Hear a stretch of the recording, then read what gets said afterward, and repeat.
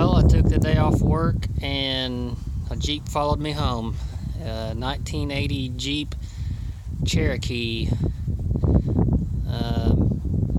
This rig is a basically the base model. It has the lockout hubs, so it doesn't have the vacuum disconnect front axle, which I like. It's got an inline 6-cylinder, 4-cylinder standard transmission, and then it's got the MP208, from the best I can tell, transfer case, which is better than the 249 or whatever it was that they came out with on the autos. I wasn't that disappointed that it wasn't a V8. And just, I guess, a little background on how I acquired this rig. I saw it sitting out in the field, asked about it. Took some time to figure it out, but basically got such a good deal that I didn't even walk out in the field and look at it. Once I knew that I could get it, I just went and got it, no questions asked. And so whenever I went and picked it up today, I basically found out what it was, and I'm happy. The AMC V8s are nice. I've rebuilt them. I'm not really that disappointed that it's a straight 6, because I don't know that I would have kept the AMC V8 anyway. But anyway, this rig originally started life in Iowa. It was taken off the road in 2006.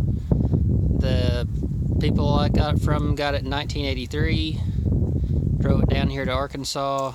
So I think it actually spent a lot of its time here in Arkansas. And from what the stories that the son and the wife had told me, I really expected this thing to be like Swiss cheese. But I mean, it does have rust, but it's not as bad as you'd think. I crawled underneath it. The frame still looks solid. Unless somebody's done a lot of spray paint or spray can work, it doesn't look that bad. You can tell it was taken care of. The motor was rebuilt probably maybe a year or less before it was parked. Basically, it got replaced by a 2005 Ford pickup. So they just parked it, literally put it out to pasture. That's where I saw it, and it's been sitting there for 2006 to 2018. I mean, that's several years. This is the good side. I mean, both of them are about the same. Actually, this would be the worst side. The rust in the rockers, which you can expect. I'd even expect that in a vehicle from that been in Arkansas. Fender flare, rear fender flare, there's lots of rust in it. Quarter panel has some rust, but honestly, if I keep this rig, what I would do with it, I'm probably going to cut the flares off anyways. Got the original wheels, that's cool. It's auto electric nothing, and that's kind of, I like that. It's got the manual roll down back window. The back bumper is pretty toasty. Here's the other side that probably didn't get as much sun, so it's got the moss and stuff on it. Put the fender flare, and the quarter panel isn't as bad.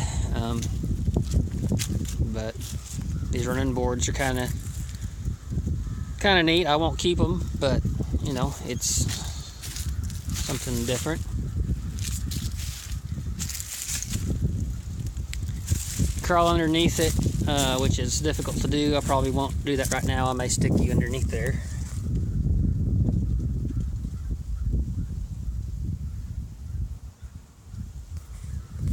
But it basically looked like somebody put new exhaust on it not long before it was parked.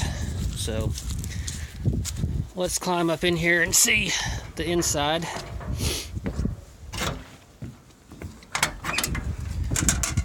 So the seats have covers. The driver's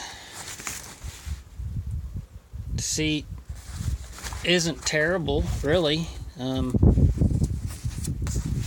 it does have, you know, a rip there. You know, that's got styrofoam over it.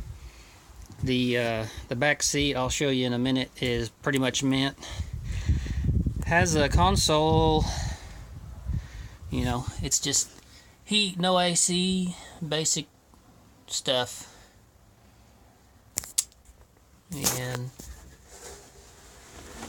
probably some of the gauges don't work. Somebody's put some aftermarket gauges, but it's the standard transmission. Somebody put, I think, a different Pioneer radio in it. But the headliner's out. The lady told me that it's somewhere in their garage. When she comes across it, she'll let me know. Let's go to the other side and look at the passenger. And then you can also be able to... I'll show you the back seat. I was pretty impressed with the condition it's in. But I was pleasantly surprised.